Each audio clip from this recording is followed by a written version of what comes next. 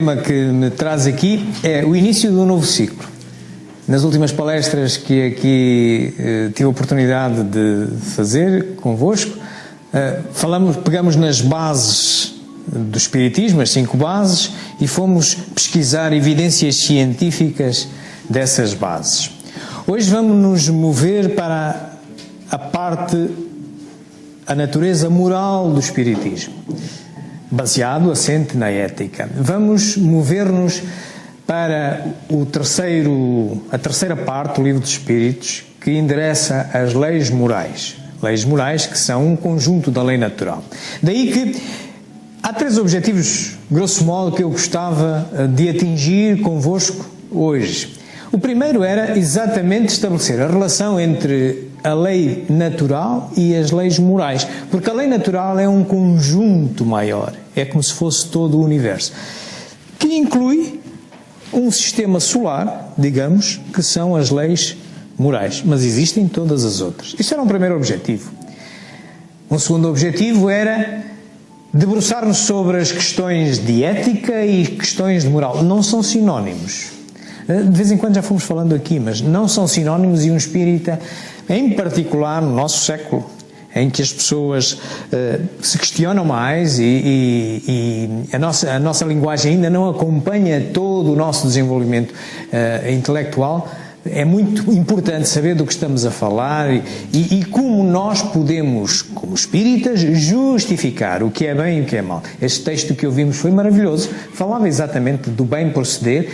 Dar-vos-ei aqui exemplos que requerem aquilo que se pede sempre ao espírita, que utiliza a sua razão para justificar os seus procedimentos.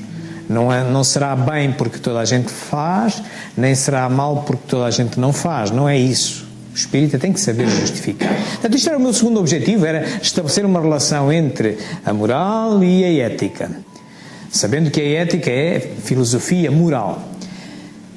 Por último, dar-vos algumas pontuadas onde podereis encontrar indicações na codificação básica, nomeadamente no Livro dos Espíritos, para exatamente ter desorientações de bem proceder para a vida. Bom, então, comecemos neste primeiro objetivo, estabelecer a relação entre a lei natural e a lei moral. Como eu vos dizia, a lei natural, ou lei divina, lei de Deus, criada por Deus, rege tudo à nossa volta e rege também as questões comportamentais, do bem e do mal. Então, digamos que a lei natural será um universo inteiro que inclui tudo o que regula a criação de Deus, nas quais estão, por exemplo, as leis físicas a que se dedicam as ciências que nós conhecemos, a biologia, a astronomia, a medicina, etc. São leis físicas do mundo físico. E existem depois as leis morais, que são aquelas que são alvo das filosofias morais, dos quais é exemplo esta que seguimos, o Espiritismo. Mas também no domínio das religiões e outras filosofias espiritualistas estudam também a questão das leis morais. Portanto, grosso modo, é como se tivéssemos todo o universo, seria a lei natural ou lei divina, e teríamos aqui um sistema solar onde teríamos como Sol a maior delas. Elas estão endereçadas em número de 10 no Livro dos Espíritos, por uma questão de classificação, a seu tempo perceberemos porquê. Mas a maior delas, digamos que é o Sol, é a justiça, amor e caridade. Depois tem várias que ali aparecem, a reprodução, a conservação, a destruição, etc. Por aqui adiante, depois já vamos vê-las todas, que são as leis de como nos havemos de comportar, as leis do bem e do mal, digamos assim. Toda esta informação, como vos disse, é endereçada no livro 3º ou na parte 3ª do Livro dos Espíritos, entre esta pergunta 614 e 648. Esta primeira palestra pertence a um ciclo de palestras, como disse a Lourdes, em que vamos exatamente começar primeiro por caracterizar o que é que são as leis morais e depois seguiremos andando e vamos pegar em cada uma delas e vamos detalhá-las em palestras subsequentes. Vamos recordar, num resumozinho, o que é isto da moral.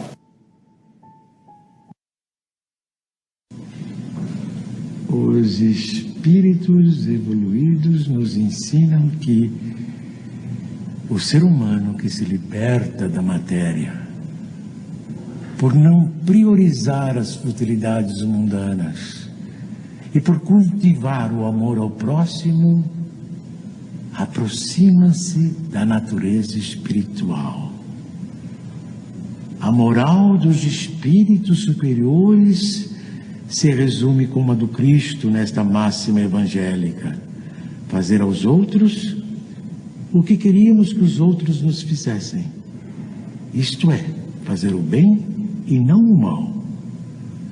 Neste princípio encontramos uma regra universal de proceder, mesmo para as nossas menores ações.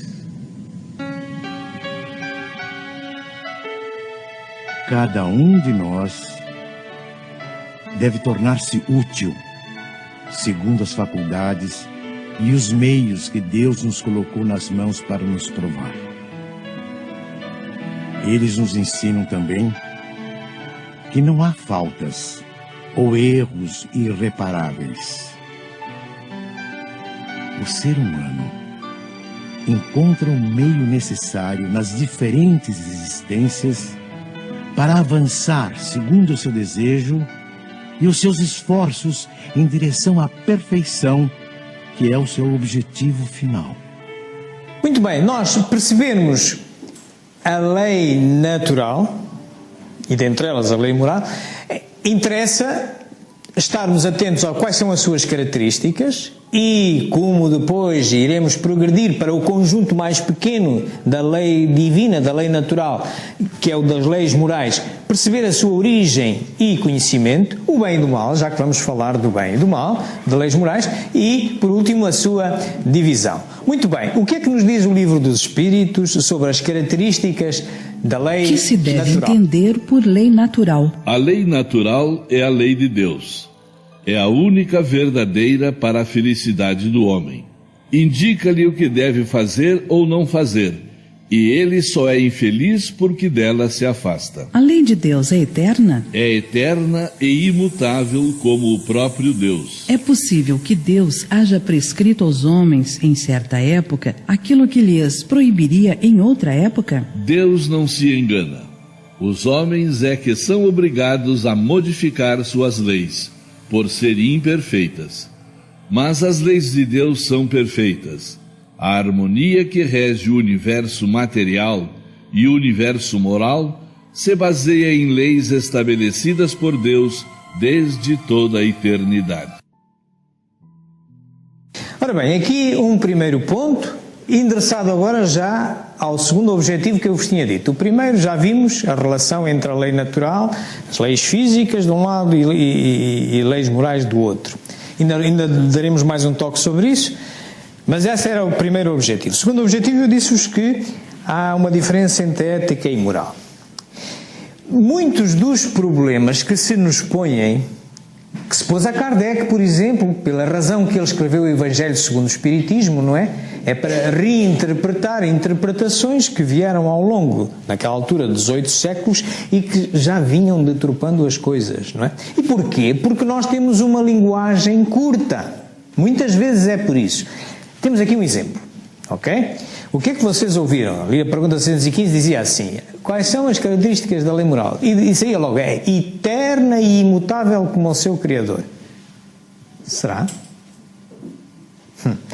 Eterno significa o quê? Que não tem nem início, nem fim. Então, se esta é a lei de Deus, lei divina, quem a criou? Foi Deus, não é? Então teve um princípio, certo? Então não é eterna como o seu Criador, certo? Claro que eu agora desafiava-vos a qualquer um de vocês, então agora substituam-se a Kardec e arranjem lá um adjetivo correto para aquilo. Iam escrever quê? Eterno entre parênteses? Semi-eterno? Nós já convencemos, nós somos imortais, não é? Portanto, tivemos um princípio, mas a morte não termina com nada, não temos um fim. Eterno, eterno, o único é Deus. A sua lei, íamos dizer que era quê? Ora, é mais imortal que o ser humano, menos eterno que Deus. Estão a ver. E mais, o imutável, lá chegaremos. É imutável no sítio onde nós estivermos. Neste mundo, neste estado de adentamento. A gente, por exemplo, vai falar de uma lei. Lei da reprodução. Lei moral da reprodução. A gente também já sabe que nos planetas mais adiantados, nos divinos, não existe encarnação, certo? Então, regular a reprodução nesses planetas é imutável no nível em que nós estamos. Estão a ver? Muitos dos problemas que nascem não só no espiritismo, como nas outras ciências, muitas vezes nascem por corteza da linguagem. Por isso mesmo o espírita tem que utilizar o raciocínio. Estão a ver aqui exemplos, ok? Muito bem. Seguindo. Qual a abrangência das leis divinas? Referem-se a alguma outra coisa, além da conduta moral? Todas as leis da natureza são leis divinas, visto que Deus é o autor de todas as coisas. O sábio estuda as leis da matéria. O homem de bem estuda e pratica as leis da alma. Muito bem, e aqui agora interessa começar a aprofundar a diferença. Aqui foi de novo um toque sobre as divisões da lei natural, cá está, em físicas, a que as ciências se dedicam, e as morais a que se dedica o homem de bem, através do quê? Da filosofia. A filosofia moral chama-se ética, por isso o espiritismo tem que justificar, tem que usar a razão para justificar aquilo que é correto ou é errado. E não é por acaso que nas definições mais curtas do espiritismo que conhecemos se diz é uma filosofia de base científica e consequências ético-morais. Porque a moral, meus amigos, tem mais a ver com o costume. Ok? Eu vou-vos dar exemplos a seguir. Bom, continuando. Entremos agora na origem e conhecimento. E agora já vamos começando a entrar já só nas leis morais. O que é que nos diz o livro dos Espíritos, o que é que nos disseram os Espíritos sobre a origem e o conhecimento destas leis? Diz-nos que todos vimos como que programados com a noção do bem e do mal, que vem na nossa consciência e que se vai apurando ao longo de uma série de encarnações. Ok?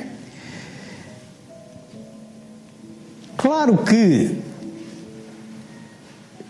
Deus, a forma como criou os apoios para nós nos aproximarmos dele por uma conduta cada vez melhor, mais séria, vocacionada ao bem, ele permite que de quando em quando apareçam pessoas, seres mais avançados que a maioria daqueles que estão em determinado planeta. No nosso caso, por exemplo, temos aqui apareceu há 2000 anos, é um profeta, mas em quase todas as filosofias, quer religiosas, quer espiritualistas, existem sempre homens de bem que vêm ajudar a recordar, ajudar a redescobrir o que já vem programado em nós, que nem sempre conseguimos entender e leva muito tempo.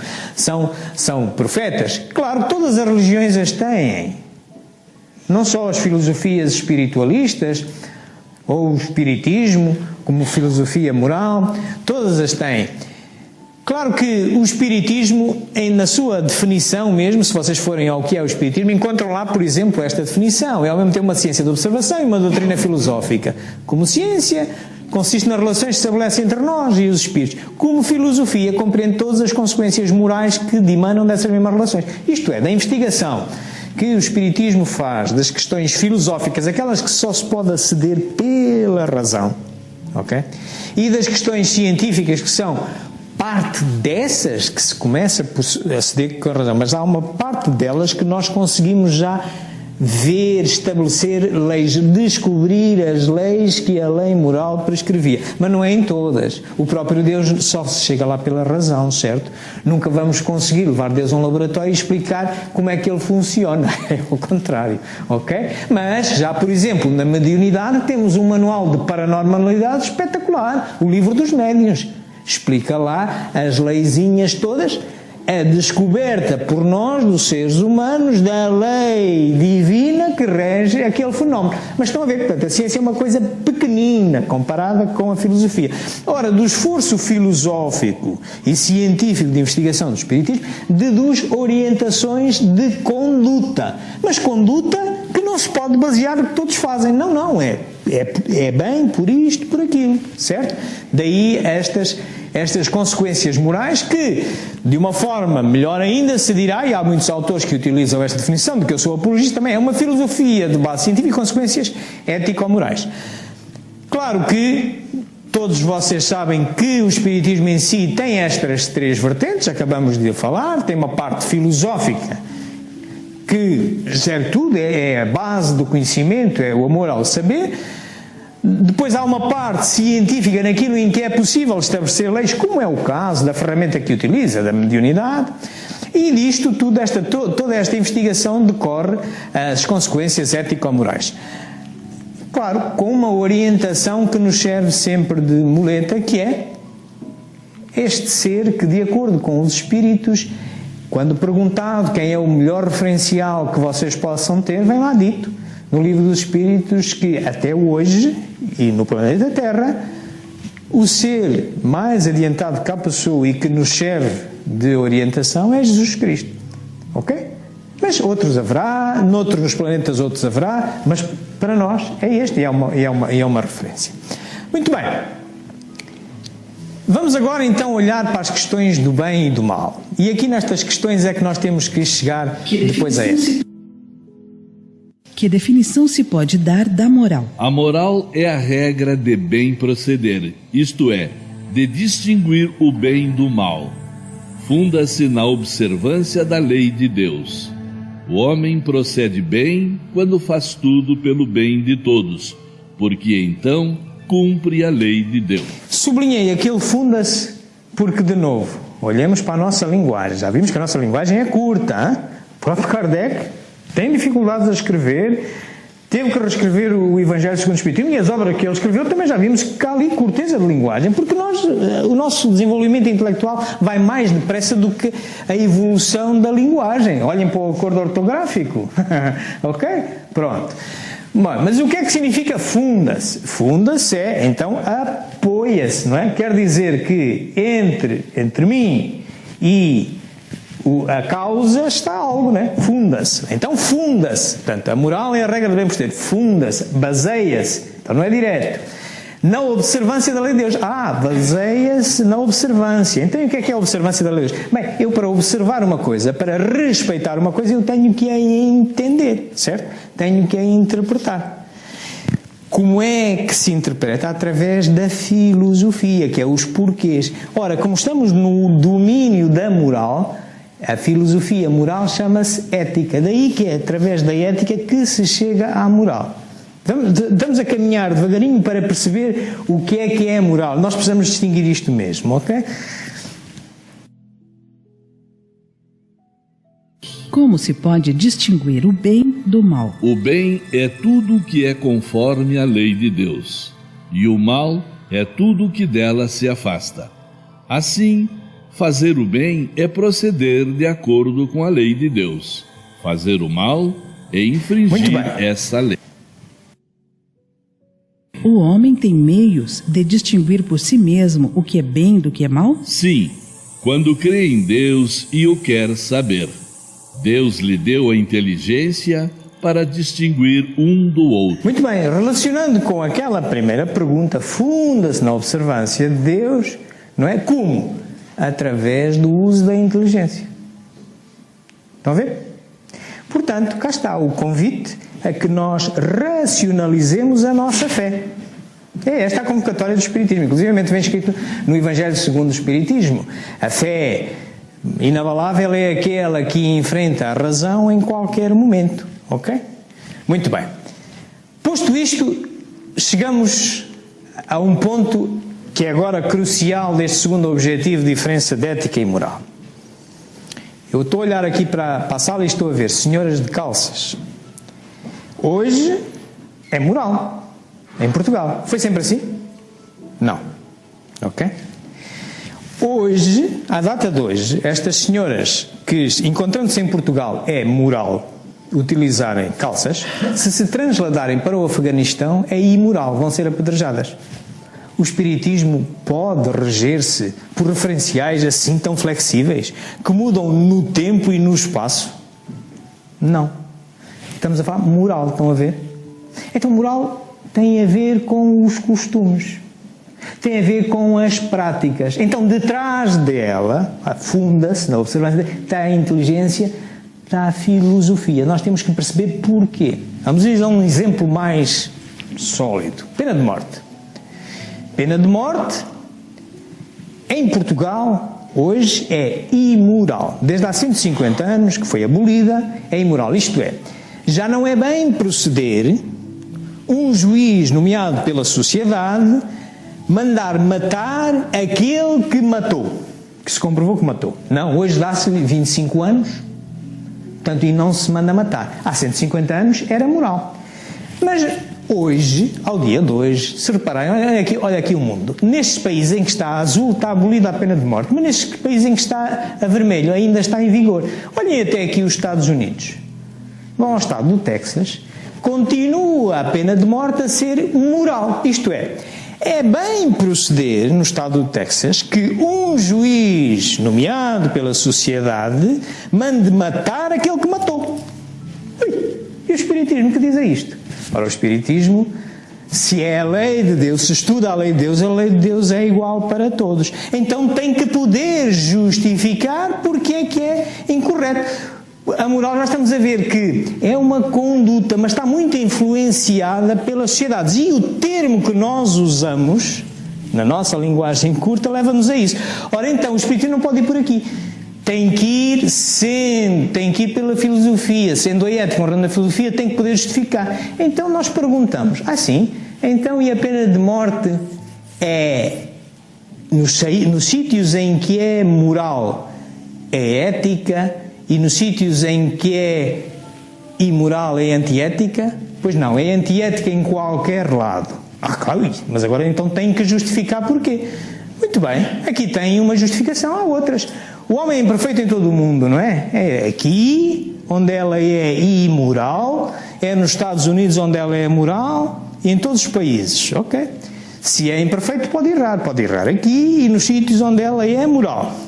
Se pode errar, pode julgar falsamente, certo? Em qualquer lado do mundo. Então, se pode julgar falsamente, não pode aplicar uma pena que não possa ser revertida. Porque imaginem que o juiz, no sítio, nos Estados Unidos, onde a pena é moral, manda matar um indivíduo e, passado 2 anos, descobre que ele não era culpado, que já aconteceu, certo? Como é que emenda a mão? Não pode atribuir penas que não sejam reversíveis. Isto é, se mandá-lo para a cadeia, tira-o da cadeia. Se lhe pôs uma multa, manda-lhe pagar uma indenização. Portanto, ela é antiética em todo o lado. Estão a perceber a diferença? Isto é muito importante. Nesta doutrina que vocês abraçam e estudam, têm que usar a razão, ok? Muito bem.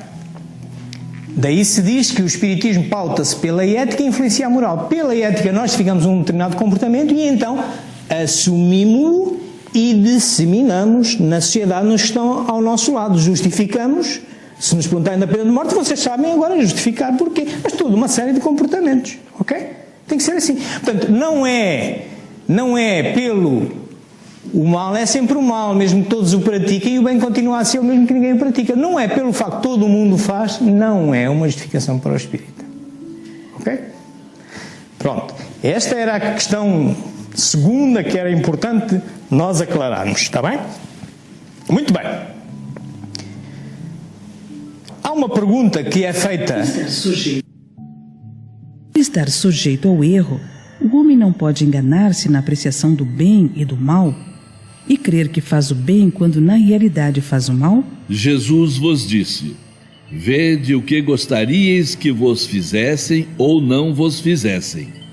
Tudo se resume nisso: não vos enganareis. A regra do bem e do mal, que se poderia chamar de reciprocidade ou de solidariedade, não pode ser aplicada à conduta pessoal do homem para consigo mesmo. Achará ele na lei natural a regra dessa conduta e um guia seguro? Quando comeis em excesso, isso vos faz mal. Pois bem, é Deus quem vos dá a medida do que necessitais. Quando ultrapassais essa medida, sois punidos. Dá-se o mesmo em tudo. A lei natural traça para o homem o limite de suas necessidades. Quando ele ultrapassa, é punido pelo sofrimento. Se o homem sempre escutasse essa voz que lhe diz basta, evitaria a maior parte dos males de que acusa a natureza.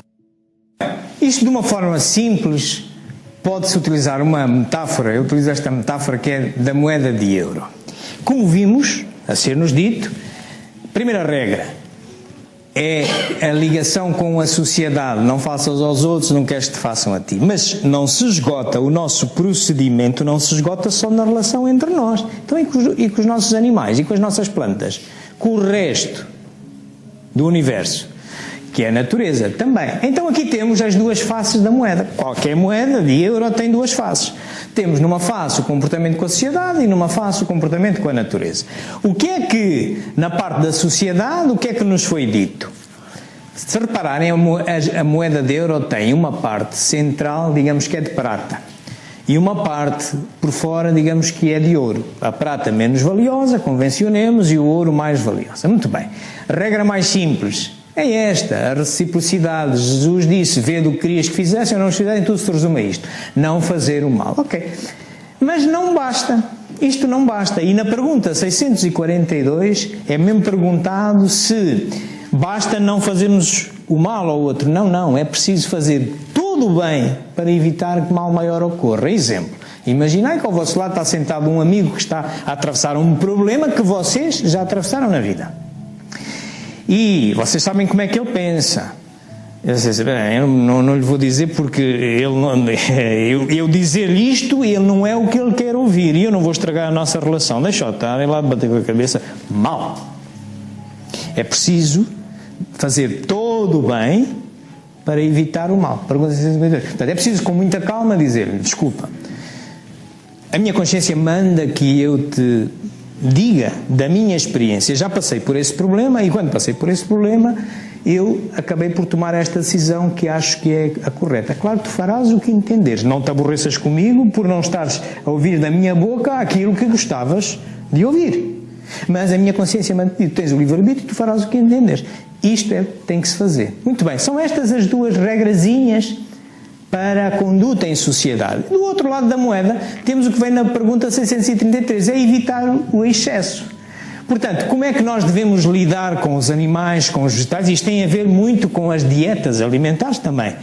É evitar o excesso. É legítimo, é bem proceder eu matar um animal para me alimentar. Ou matar um vegetal, colher um vegetal para me alimentar. É mau proceder eu matar um animal por prazer, por exemplo, caça, vou caçá-lo e depois não uso o animal, não lhe dou um fim útil aos seus despojos. Ou um vegetal, é a mesma coisa. Deus criou-nos com necessidades de proteínas animais e vegetais. Ok? Não há aqui distinção. E vamos ver depois, na lei da destruição, falaremos sobre este assunto com mais detalhe. Muito bem. O bem e o mal são absolutos para todos os homens? A lei de Deus é a mesma para todos, mas o mal depende principalmente da vontade que se tenha de o praticar. O bem é sempre o bem, e o mal é sempre o mal, seja qual for a posição do homem. A diferença está no grau de responsabilidade. Portanto, nós até isto sabemos já dos nossos juízes, do nosso sistema judicial. Hoje a gente vai a um tribunal e sabe claramente que o mesmo crime cometido em circunstâncias distintas tem penas distintas. Porquê? Porque o juiz vai logo dizer, tem atenuantes, se houve intenção, por exemplo, matar alguém, se houve intenção de matar, isso tem agravantes. Se matou sem querer, tem atenuantes. Lá está, é a vontade. A vontade de proceder mal exponencia o mal. E o bem? O bem é pela dificuldade em o praticar. Dou-vos de novo um exemplo. Já há bocado vos dei um exemplo do amigo que está ao nosso lado, que está a atravessar esse problema, e nós devemos dizer-lhe como é, mesmo pondo em risco que ele se aborreça connosco. Mas dou-vos um outro exemplo. Imaginai que vocês saem agora daqui, vão aí pela rua e encontram um mendigo que vocês já o conhecem há muito tempo, está aí sempre a pedir uma esmolinha e tal, não sei o que mais. Bom, vocês podem pegar na moeda que vos sobra e dar-lhe. Está bem, é bem perceber. Mas agora experimentem dizer assim: amigo, hoje vem daí e vem jantar à minha casa com a minha família. É mais difícil, não é? Muito bem, mas exponencia o bem, ok? O bem exponencia com a dificuldade em o praticar. O mal exponencia com a intenção em o praticar. Ok? Muito bem. Seguindo. Aquele que não pratica o mal, mas que se aproveita do mal praticado por outrem, é tão culpado quanto este? É como se houvesse praticado. Aproveitar do mal é participar do mal. Talvez tivesse recuado diante da ação, mas se tira partido do mal por encontrá-lo realizado, é que o aprova e o teria praticado se pudesse ou se tivesse ousado. Isto é fundamentalmente dirigido a quem tem funções de liderança. E a nossa sociedade está toda organizada de uma forma ou de outra. Há sempre chefes em pequenas organizações. Portanto, não é pelo facto de eu mandar fazer e não ser eu a fazê-lo que me vou isentar das responsabilidades. Portanto, atenção. Portanto, se aquele que não pratica o mal, mas se aproveita do mal praticado por outro, é tão culpado quanto este, ok? Portanto, atenção, quem tem funções de chefia, tenha cuidado. Não é pelo facto de não sujar as mãos, como se costuma dizer, que se isenta moralmente. Pode isentar-se da justiça humana, mas não se isenta da justiça de Deus, ok? Muito bem.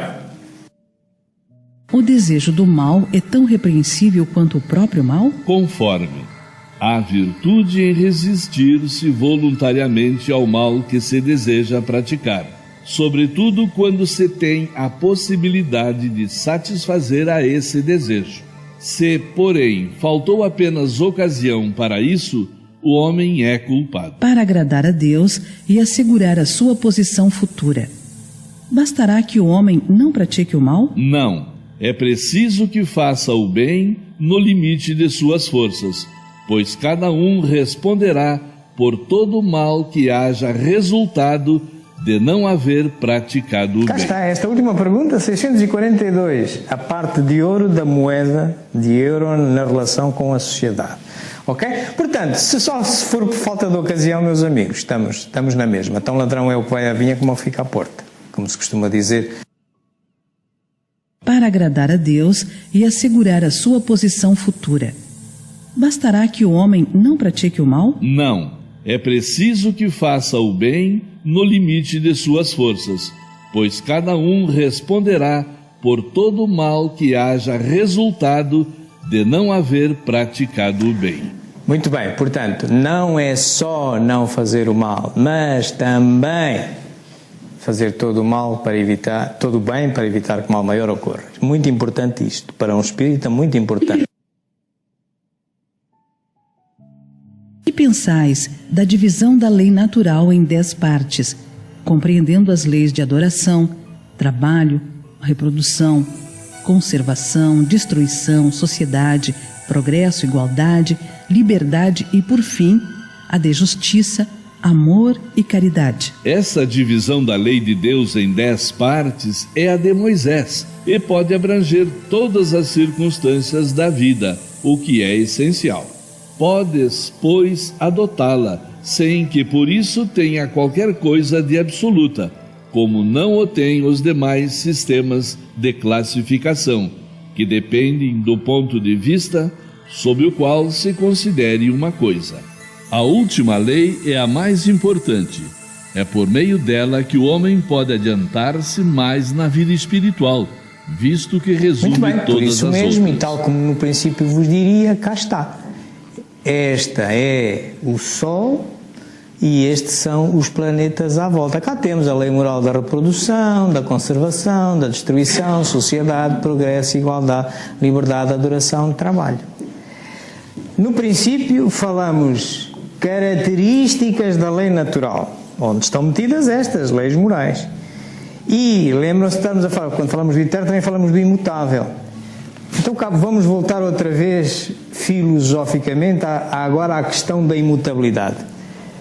Há aqui duas leis, olha, a reprodução já vimos, é válida em qualquer planeta onde se reencarna, certo? Porque nós, como espíritos, somos todos irmãos, vimos todos de uma fonte comum. Os nossos filhos não somos nós que os produzimos. Nós oferecemos, produzimos um corpo, somos os pedreiros. O espírito depois encarna naquele corpo. Portanto, onde houver reprodução, faz sentido haver uma lei moral da reprodução. Num planeta divino, onde já não há reencarnação, a reprodução vai às ortigas. Porque a reprodução serve duas coisas, como havemos de ver em seu tempo. Uma serve o amor e a outra serve a caridade de permitir que outros seres nossos irmãos encarnem para cumprir uma missão e progredir mais rapidamente. A encarnação é isso, é nós progredirmos, durante um tempo podemos progredir mais rapidamente se estivermos na erraticidade. Mas reparem, outra lei que também vai embora é esta, a da destruição. E porquê? Hoje, a lei de destruição é uma lei divina. Atenção, é uma lei divina. Serve dois propósitos também. Um deles é exatamente o controlo da reprodução. E o outro é o fim último das carcaças dos seres vivos. Ok? Mas, num planeta em que não haja reprodução, não haja seres físicos, fim último das carcaças? Não. Certo? Controlo da reprodução? Não. Estão a ver como nós, o espírita, tem que usar sempre o raciocínio e não se fiar, porque senão vamos cair como mais uma religião dogmática. Ok? Temos que adaptar, e é nossa responsabilidade, espíritas de hoje, pegar naquilo que vem. Kardec fez uma obra excelente e ir adaptando aos nossos tempos.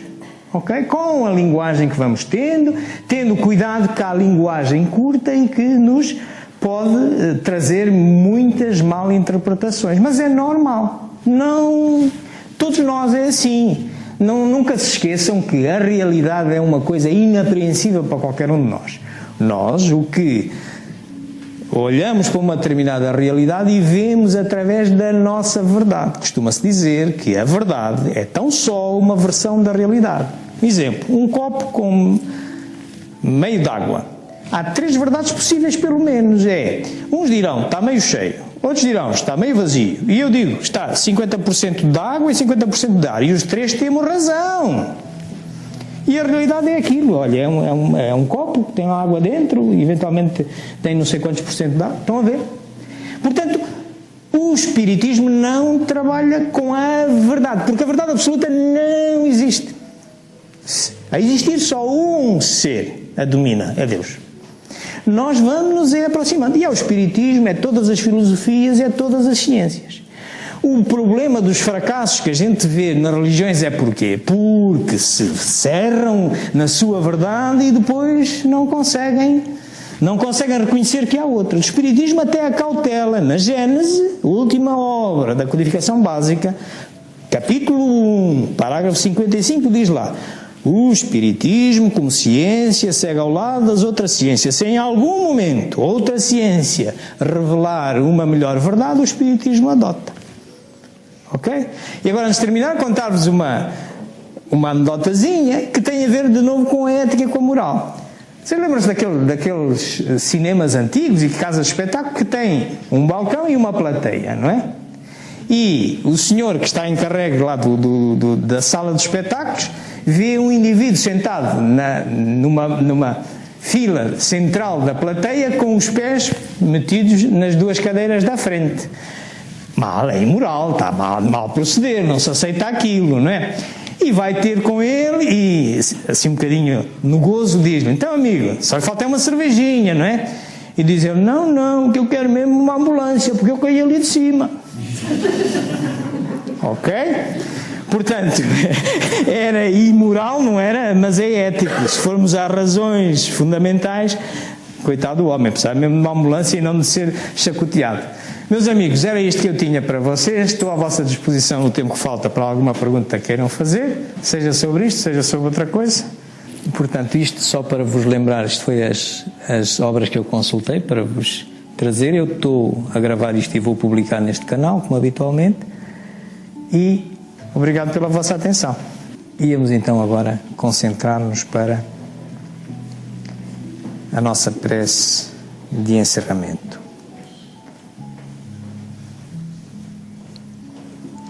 Vamos tranquilizar-nos. Vamos recolher ao nosso íntimo a fonte do nosso raciocínio ético. E nesse ponto vamos unir-nos entre nós e vamos unir-nos com a espiritualidade superior, aquela que contém as referências melhores que temos neste planeta em que vivemos, de conduta ético-moral. E façamos esse contacto pela forma universalista e única que por enquanto conhecemos, acessível a qualquer um, que é a prece. E aproveitemos a prece para, tal como o referencial cristão que o Espiritismo nos aponta, o referencial de Jesus Cristo, nos ensinou. Disse-nos ele que orar ou fazer uma prece deve servir para 3 coisas. Deve servir para louvarmos o Criador, louvarmos quem é superior a nós, quem nos criou, quem criou tudo isto à nossa volta, que nós vamos descobrindo pela investigação filosófica e científica. Uma segunda coisa que serve para agradecer e uma terceira que serve para pedir. É claro que para pedir todos sabemos pedir, poucos agradecem e muito poucos louvam. Hoje vamos começar por louvar o Senhor por esta obra maravilhosa, esta obra, este universo maravilhoso que nós vamos descobrindo. E nós descobrindo mais este nicho das leis morais, procurando ser melhores, proceder bem, mais vezes a diário, se possível. É uma obra digna de louvor. Todos os dias nós descobrimos coisas novas, quer a nível das outras ciências, quer a nível da ciência espírita. E muito longe estamos ainda desta realidade. E estaremos sempre a uma distância grande da realidade. É o progresso.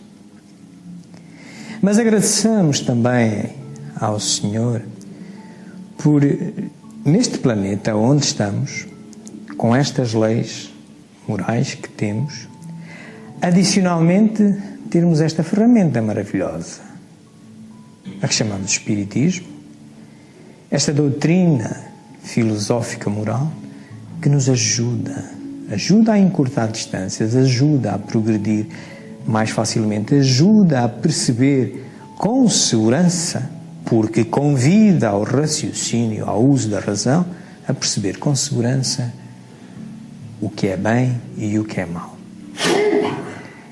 Devemos agradecer porque foi o Criador que nos proporcionou não só Cristo, mas também Kardec, por aqui adiante, e outros vão de seguir, e nós próprios, dentro das nossas casas, dentro dos nossos centros espíritas, também podemos ajudar uns aos outros e ser, de alguma forma, um referencial.